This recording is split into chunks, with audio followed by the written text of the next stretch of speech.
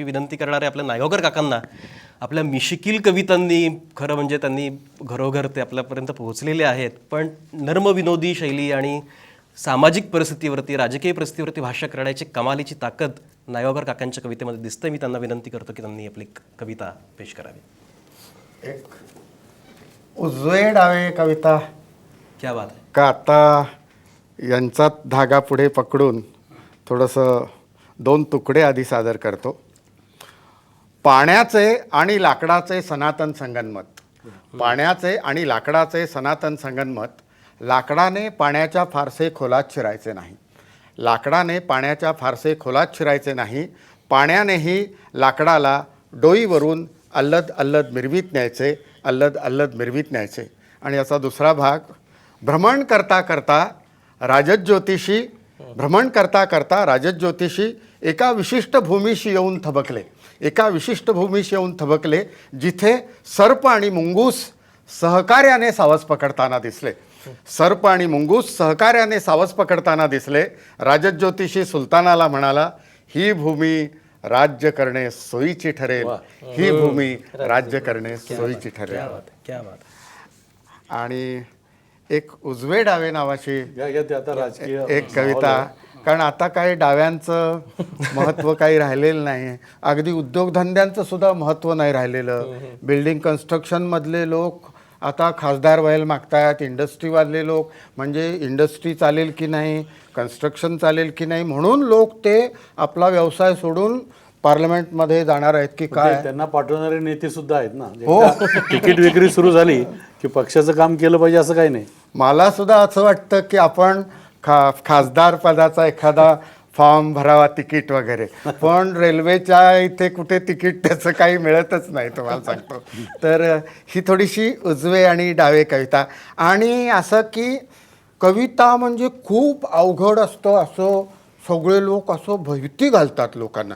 पण कविता इतकी सोपी गोष्ट आहे तुम्हाला सांगतो. आपण कुठेही असं कुलू मनालीला किंवा महाबळेश्वरला न जाता घरामध्ये बसून कविता लिहिता येते असं माझं मत आहे तुम्हाला सांगतो. आणि मी विषमतेवर कविता लिहिलेली आहे. आता विषमता, मार्क्सनं विषमतेवर खूप लिहिलं, पण मी काही मार्क्स एवढा बुद्धिमान पण नाही आणि मोठा पण नाही. मी आपलं गावठाणमध्ये राहणारा साधा कवी आहे.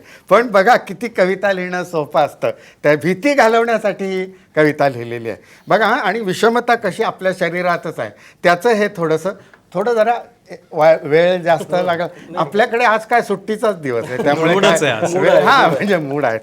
तर उजव्याने एक एक घास हळूच तोंडात टाकायचा. उजव्याने एक एक घास हळूच तोंडात टाकायचा. डाव्याने मात्र बघत बसायचं.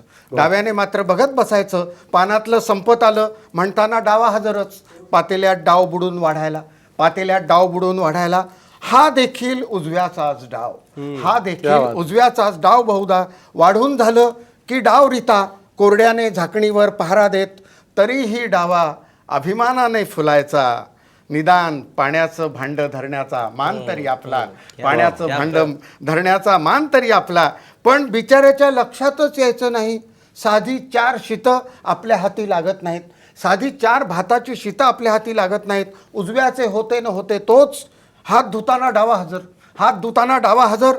पाण्याचा तांब्या भरून म्हणजे चुळाई यांनीच भरायच्या खळखळून. लागलीच हातावर बडीशेप द्यायला. चमचा भरून डावा तयारीत आणि उजवा पोटावर हात फिरवीत. ढेकर देणार, ढेकर देणार. वाढदिवसाला पार्टीला गेलं तरी बुके मात्र डाव्याकडे, बुके मात्र डाव्याकडे. आणि उजवा ऐटीत उंचावून हॅलो हाय शेक हँड करणार, शेक हँड करणार. जन्मभर आपण ओझ्याचे धनी, ओझ्याचे धनी म्हणत डावा चडफडायचा. आपण सतत डेबिट साईडला, आपण सतत डेबिट साईडला. आणि उजवा मात्र क्रेडिट घेऊन जाणार, उजवा मात्र क्रेडिट घेऊन जाणार. रस्त्यावर भले दिमाखात पाठी लावतात. डाव्या बाजूने चाला, डाव्या बाजूने चाला. आणि नंतर मात्र वाम मार्गाने गेला म्हणत राहतात. वाम मार्गाने गेला म्हणत राहतात. किती करा आपण निषिद्धच. रक्त उसळून यायचं. काय हा जिथे तिथे अपमान, काय हा जिथे तिथे अपमान. देवळातला पुजारी तो देखील आता उजवी घाला असं म्हणणार, तो देखील आता उजवी घाला असं म्हणणार. रस्त्यावरचा ज्योतिषी तो देखील डावा झिडकारून उजवा पुढे करा म्हणतो, उजवा पुढे करा म्हणतो. वाटायचं पेटून उठावं एकदा, पेटून उठावं एकदा.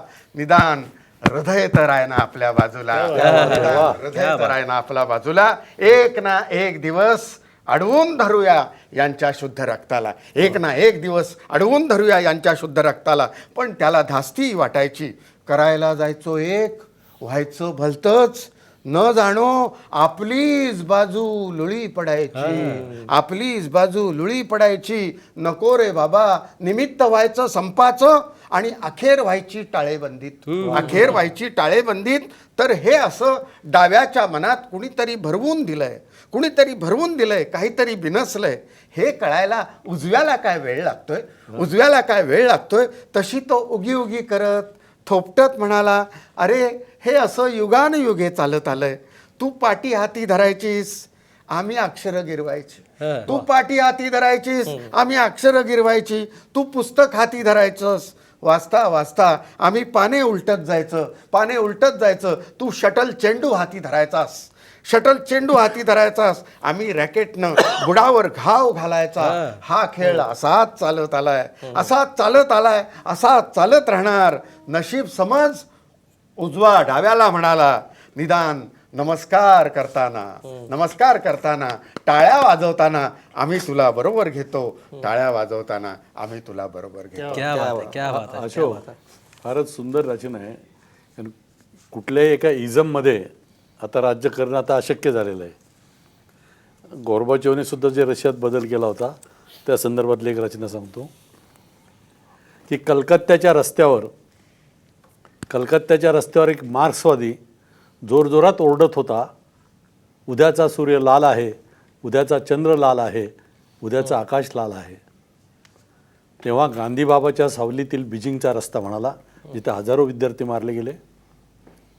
गांधीबाबाच्या सावलीतील बीजिंगचा रस्ता म्हणाला की सलाम कॉम्रेड सलाम, मार्क्स परिस्थितीचा गुलाम. तत्वाचा नसून प्रश्न सत्वाचा आहे, मानवी मनाच्या अस्तित्वाचा आहे आणि म्हणूनच गोर्बाचोव महत्त्वाचा आहे. गेल्या दशकात जी आपण मुक्त अर्थव्यवस्था स्वीकारली त्यात आपलं जे मूळपण आहे, आपलं अस्मिता आहे, ही सगळीच कोसळते की काय असं एक वातावरण तयार झालेलं आहे.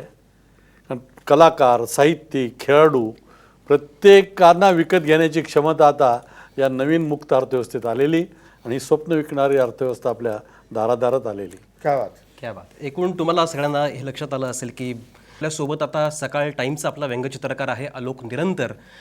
हास्य कवितांचं तर आपण राजकीय भाष्य केलेलं ऐकलेलंच आहे, पण रंगरेषांच्या माध्यमातून एखादा व्यंगचित्रकार सगळ्या राजकीय परिस्थितीवरती कशा पद्धतीने भाष्य करतो हे आपल्याला जाणून घ्यायचं आहे. मी आलोकचं स्वागत करतो. आलोक, आता ही सगळी राजकीय परिस्थिती चाललेली आहे, इलेक्शन लागलेले आहेत, प्रचार सुरू आता झालेले आहेत, पक्षांतर सुरू झालेली आहेत. तर व्यंगचित्रकार या नजरेतनं तू जेव्हा या सगळ्या घडामोडींकडे पाहतोस तेव्हा नेमकं तुला काय दिसत असतं, म्हणजे कशा पद्धतीने तुला व्यंगचित्र तू टिपत असतोस त्यामध्ये? हे जे 2 महिने आहेत आत्ताचे, तो सगळा मसालाच आहे. म्हणजे इलेक्शनमधले लोक या पार्टीतून त्या पार्टीत जातात. आत्ताच एक मगाशी बातमी बघितली मी टी व्हीवर की राहुल नार्वेकर शिवसेनेतनं राष्ट्रवादीत गेले.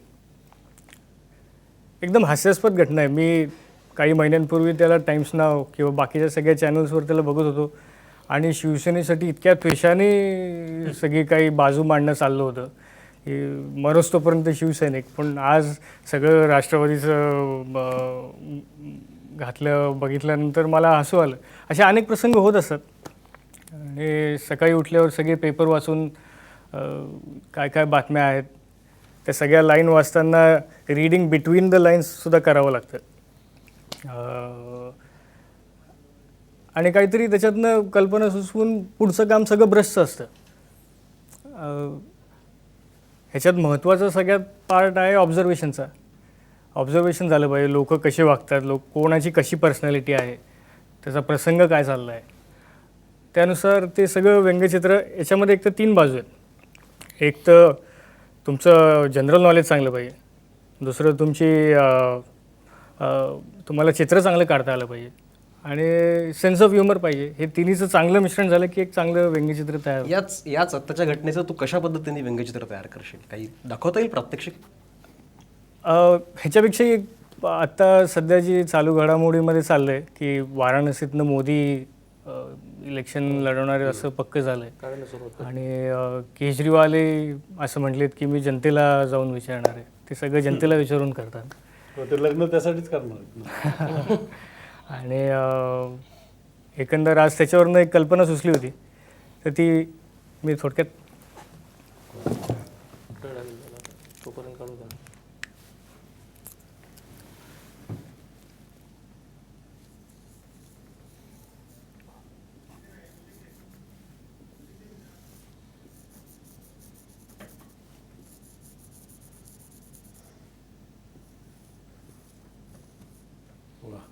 कविता जाऊ दे नाही. भाई और बहनों,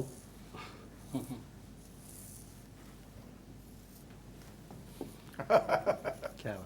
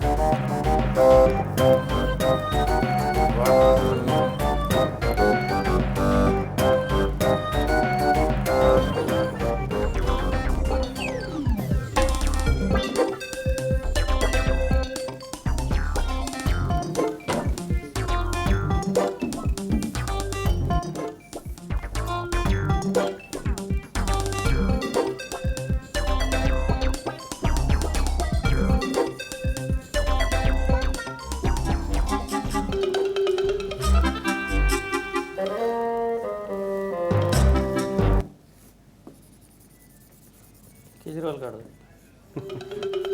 वाह.